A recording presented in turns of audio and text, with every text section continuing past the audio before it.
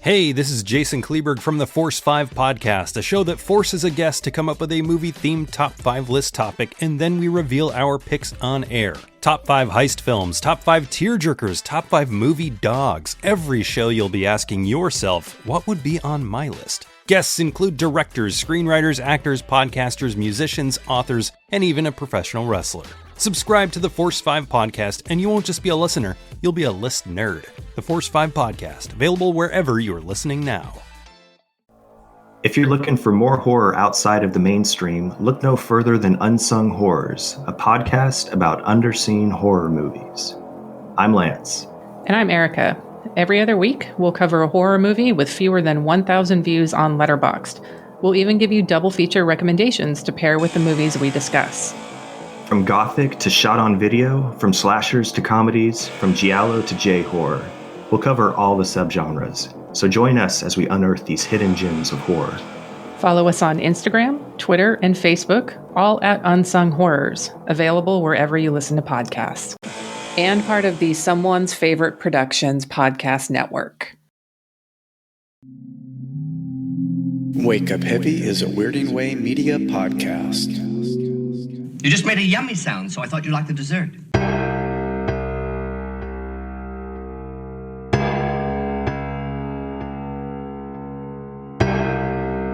Welcome to Wake Up Heavy, the world's greatest horror movie podcast.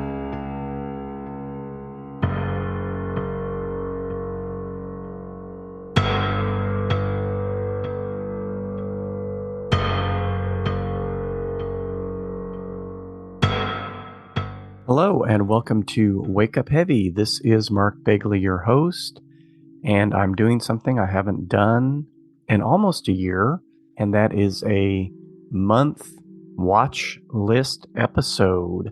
Although I am sure that I have included watch list in most of the things that I've done since November 2022, I haven't put out a month-year episode in a while on my own without Cleo.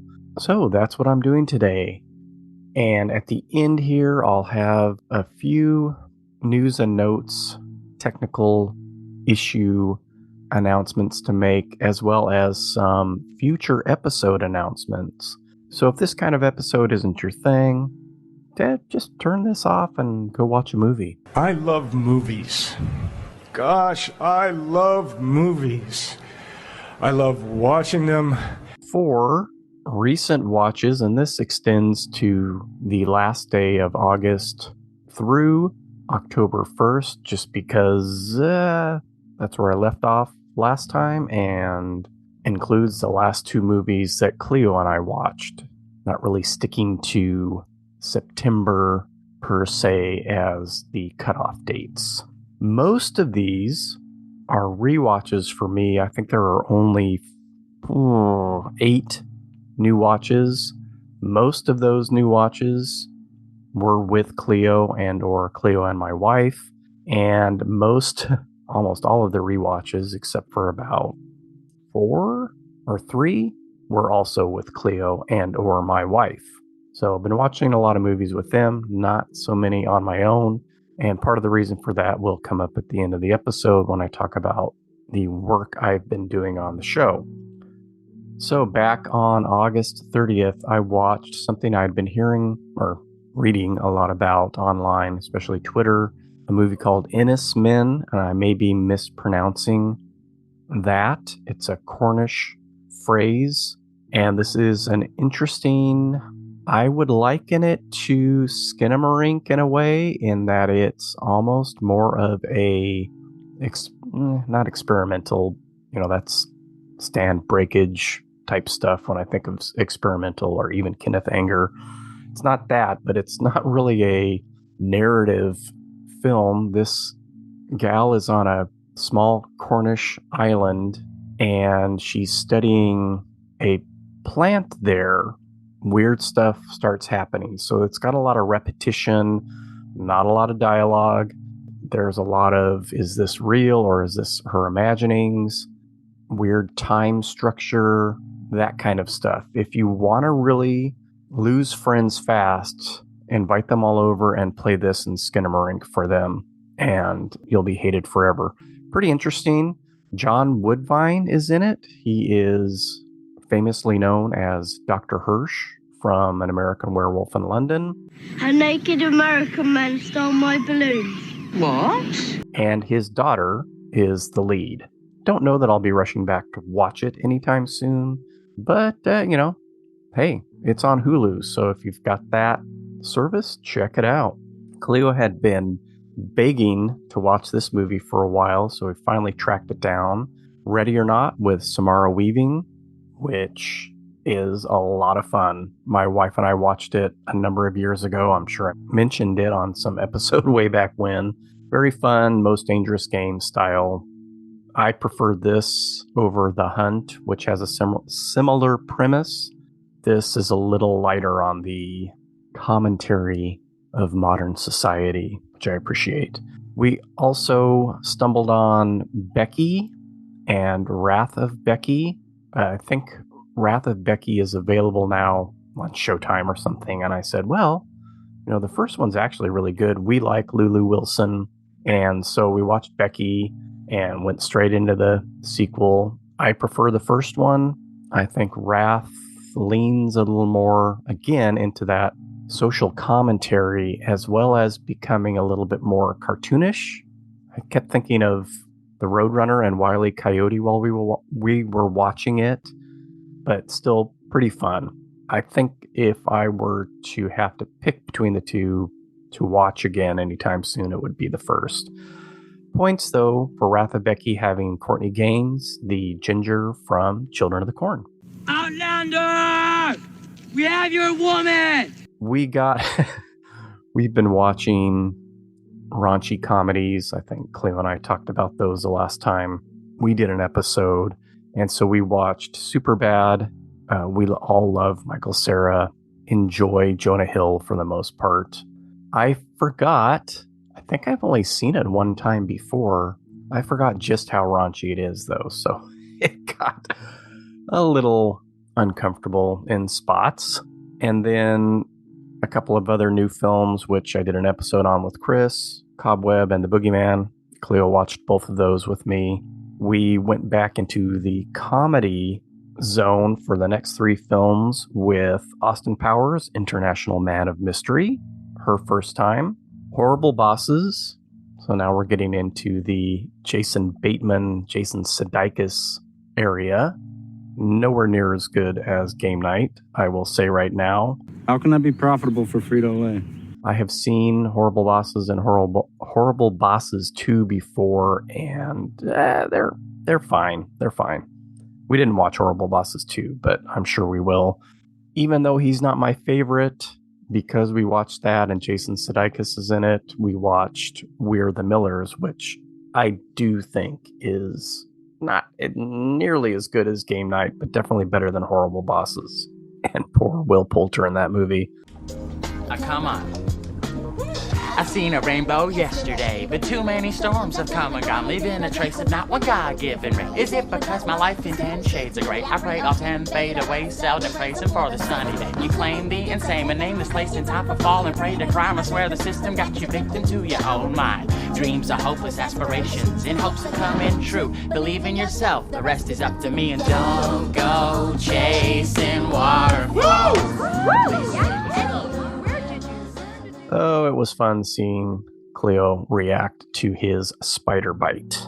Something that I've been wanting to show Cleo for a while since we watched the Evil Dead reboot recently, tracked down Don't Breathe by Fede Alvarez.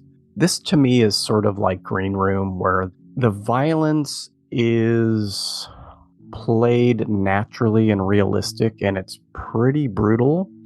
I was waiting for, again, Cleo's reaction to the twist in that film.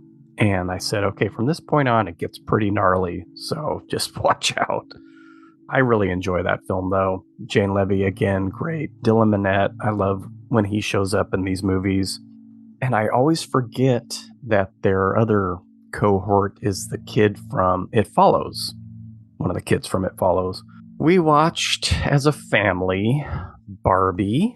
They had seen it in the theater. I think we mentioned that on an episode. It's fine. I'm going to be that guy and say it didn't really do much for me. The commentary, the whole patriarchy thing did not bother me one bit. I don't know, it just didn't click with me for whatever reason. We watched the new Australian film that everybody's been talking about, Talk to Me, which again was fine. I think we all enjoyed it pretty much for the most part. I had heard that it was really gruesome, and I know I've said this before. I don't know if it's just me being desensitized. I didn't find it all that gory or brutal.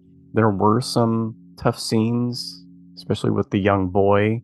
But all in all, I don't know, it didn't seem over the top to me. I enjoyed it. I kept seeing people say it's tropey and stereotypical, but I didn't get that feel so much. It might play in the same sandbox as a lot of movies. We're talking possession here, but it's done so much differently. It's kind of seance-y with that hand, mummified or whatever hand, some medium that has powers. But I really liked the look of the characters when they're possessed, and then also the look of the dead people that they're seeing was done really well. I'm sure we'll watch it again eventually, but I wasn't completely blown away by it. Cleo and I watched Insidious Chapter 3. Kind of feels like we're slowly going through the whole series to get to the new one. I know I've said when talking with her that I tend to enjoy these films in this series, so, we'll see what happens with the fourth one and the fifth one. I told Cleo, I think it was my decision, I wanted to go through the Cornetto trilogy again, so we watched Hot Fuzz, and I'm sure we'll get to the other two shortly, since it's spooky season, maybe Shaun of the Dead again, or even World's End, since they're more horror related. And then we watched another new film that had a lot of buzz, Brian Duffield's No One Will Save You, which is a Hulu exclusive, Hulu original, quote unquote. And a lot of people had been talking about how fascinating and interesting it was. I don't want to spoil anything. I don't know if this is a spoiler. I mean, if you've read anything about it, you kind of know that there is basically no dialogue in this film. There's one or two lines, maybe 8-10 words total. Caitlin Dever, the lead in it, it's just reactions to the things that are going on in her house. And it does have that through line of trauma and guilt like a lot of movies, but I really enjoyed how this was handled in this one. So a home invasion movie of a different kind. Pretty crazy in parts. We really enjoyed it. And Brian Duffield is the guy that wrote the Babysitter movies, so I mentioned that to Cleo as an incentive to watch it because we liked those films. Another film that Cleo had been bringing up a bunch, like every once in a while, and I could tell this meant that she wanted to watch it, is Triangle with Melissa George and Liam Hemsworth. And I had watched it a number of years ago and remembered enjoying it. It's just that it's very similar to another movie called Time Crimes. Not that that's a bad thing necessarily. It's a time loop movie. They both handle their time loops in a very similar way. And there's even I want to say costume, but the lead characters in both of those movies end up dressed up the same way. They're both really interesting films to watch, and that time loop stuff can get kind of crazy in your brain. But I enjoyed watching this one again. Nice, low budget, interesting, time loopy, sort of depressing at the end when you realize what's going on movie. The next four are movies that I actually watched on my own. I rewatched The Exorcist for the millionth time. Your mother sews socks that smell. I think it was close to the end of September. Felt like gearing up for the October mood. And I think because I was on Max watching that, I started going through their suggestions and landed on Young Frankenstein and just had to watch it yet again. There, Wolf. There, Castle. Why are you talking that way? I thought you wanted to. No, I don't want to. Suit yourself. I'm easy. One of my favorites. So September is Cleo's birthday month. We had a family birthday party for her, and then she did a birthday with her friends. What my wife did was rent out an Airbnb here locally, have all the kids over there that could stay overnight if they wanted. So I was left to my own devices. I finally went back and watched Fear No Evil, which I had been talking about for a while now. And a few episodes back, that was my movie rec, even though I hadn't watched it because it's on Shudder. And I think I had watched Evil Speak or something, and the two go together in my head. It's such an interesting film. It slogs its way through the middle and doesn't really stick the landing, but fascinating, independent 80s satanic panic film with all these undercurrents of homosexuality and this other stuff. Great soundtrack, and it reminded me of a Talking Heads song that I always forget to download on my phone. It comes up every once in a while, and I forget about it because it's not a track on any of their albums. I don't know if it was released as a single or what.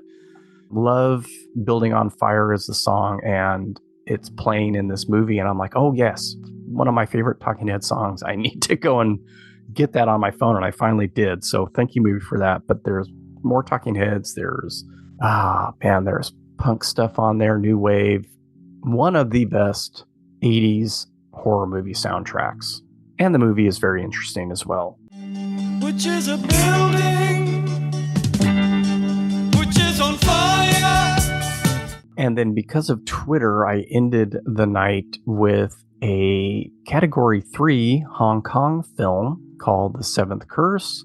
I kept seeing it through the week, and then somebody posted a thread of pictures from the movie, and I was like, yeah, I need to track this down. Stuff like The Boxer's Omen and some of the other films that I've seen that are just crazy, although I don't think Boxer's Omen is a Hong Kong film. Maybe it is. I looked it up knowing it wasn't going to be available anywhere, and then lo and behold, it's on Tubi right now. So I watched that. I couldn't tell you what's going on in this movie, but it's a whole lot of fun. Chow Yun-fat is in it in a bit role. Crazy special effects that are super clunky and goofy, but they work because these guys knew how to edit movies. There's puppets and ooze and blood, and the curse that this guy is going through, this blood curse, makes his leg, parts of his leg explode at different times. It's just bizarre. And Category 3 films, not something I know a lot about, but from what I've read and researched just by seeing these movies pop up, is that they're basically like NC-17. They're the highest rating that they give to movies. So no one under 18 is allowed to watch them. And I don't know. I don't know if I saw an edited version. It seemed like the time matched up with what's on IMDb. It didn't seem all that bad to me. Again, desensitized. I mean, there's nudity and the gore is crazy, but it's kind of cartoony. So I don't think it's one of the more outrageous Category 3 films out there. A heck of a lot of fun. A good way to end the night on my own. When they got back home the next day after the party, Cleo had been asking to watch this movie for a while, and it's not streaming anywhere. I'm a cheapskate, so I'm like, how are we going to watch this? I was recently reminded that I needed to renew my library card, so I did that, and when I was at the library doing that, I thought, oh, I can get Happy Death Day here. They didn't have it at the branch I was at, so I put in a request to hold it and have it sent to that branch. Picked it up. We watched Happy Death Day on the first, and then watched the second one. again, like Becky and Wrath of Becky, I prefer the first one. It's more horror related anyway. And the second one, time loop stuff, well, time loop, alternate universe, and it gets really crazy. And I don't think Cleo liked it as much either, because she just kept saying there's way too much going on. And I kind of agree. Still very good. And the lead in both those is just great. She should be in more stuff. I don't know why she isn't. I think they're doing another Happy Death Day. We'll see what happens in that. Okay, as I mentioned, I do have some news and notes, and I'll try to go through this quickly so as not to bore people too much. I am still going through old episodes and remastering them, which basically means leveling them, because the levels were all out of whack up through probably the middle of 2020. Even though I was using Audacity by then, I still wasn't utilizing all the tools of that or the leveling software that I use now. I think I'm getting close to the end though. So I have done a ton. 2019 had 47 episodes. I have done all of those, and I've done all of 2018, which was probably only not even 20 episodes because it wasn't a full year. I am into early 2020 now, and once I get to when I started using Audacity and the other software and doing the clips better, I will stop. I'm getting there. I think if you are subscribed to the show, those episodes re-download, but I believe that they just download over the old one. But check your downloads maybe and make sure there aren't duplicate episodes on there. Keep the new one because it sounds better. It's not very technically hard to do this. Sometimes I am replacing clips as well, like when I threw a song at the end. The leveling software kind of messes them up, and if I have the song, I'll re-add it so that it sounds better. Other than that, I'm just letting the leveling software do its work and do its work. That came out odd. Get everything up to the same level, which has been really helpful. So I do have episodes planned. I don't know that any of them will come out in October. Parents with Chris Dashu should be coming soon, and then Chris, Mike, and I are going to be recording an episode on foul play, and that is definitely set for November. And then I have been tossing around a few ideas in my head for films, just solo spotlight things, possibly on Poison for the Fairies and possibly one on Durfan. And both of those have come up because of the episodes that I'm fixing, and I talk about those movies on there, and then I'm like, oh yeah. And I'm trying to catch some stuff. I would always say, oh, I may do this, I may do that, and never get to them. So as I'm spot checking the episodes, I'm kind of listening for things that I said that never happened that I could still go back and do. And those are two films that I really enjoy and would be interesting to talk about. That may happen as well. Over on Cambridge and with Sean, there is a new episode out, and Ronnie and I should be recording in a couple of weeks here for our November episode. So that's back on track. No more breaks, no more special episodes about the plastic rock ball that everybody has heard so much about. Get a rock ball free, get a free rock ball. If you listen to that show, please do. If you don't, we could use more listeners. And I think that pretty much does it for me today. Stay safe, be smart, enjoy, hopefully, cooler weather where you are. It's cooling down here, but it's going to be back in the 90s by the end of the week. Great. It's October. It's spooky movie time. Watch a bunch of horror movies, listen to horror podcasts, go trick-or-treating, and get in that spooky mood. Thanks for listening, and don't forget, anything can happen when you wake up heavy. Ho, ho, ho, ho, ho, ho, ho.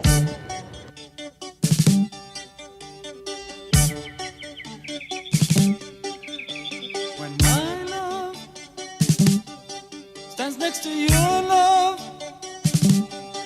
I can't compare love. When when it's not love. It's not love. It's not love. Which is my face, which is a building, which is on fire. On fire.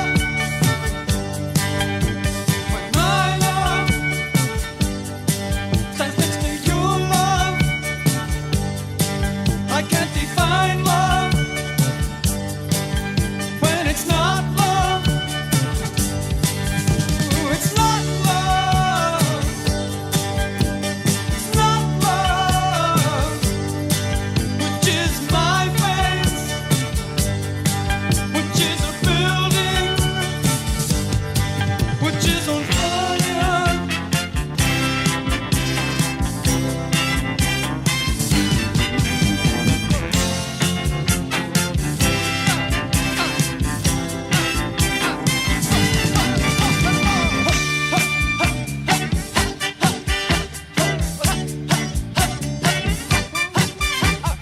True loves. I've got true loves.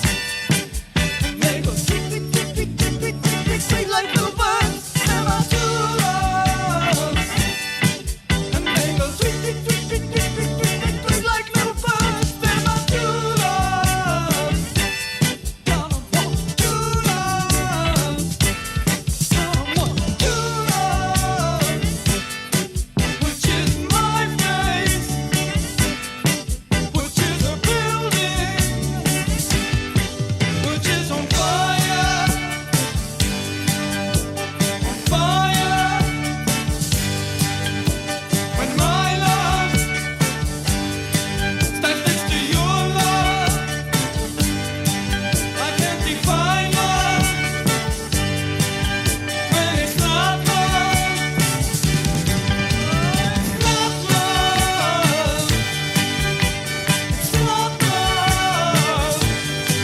Which is my face, which is a building, which is on fire.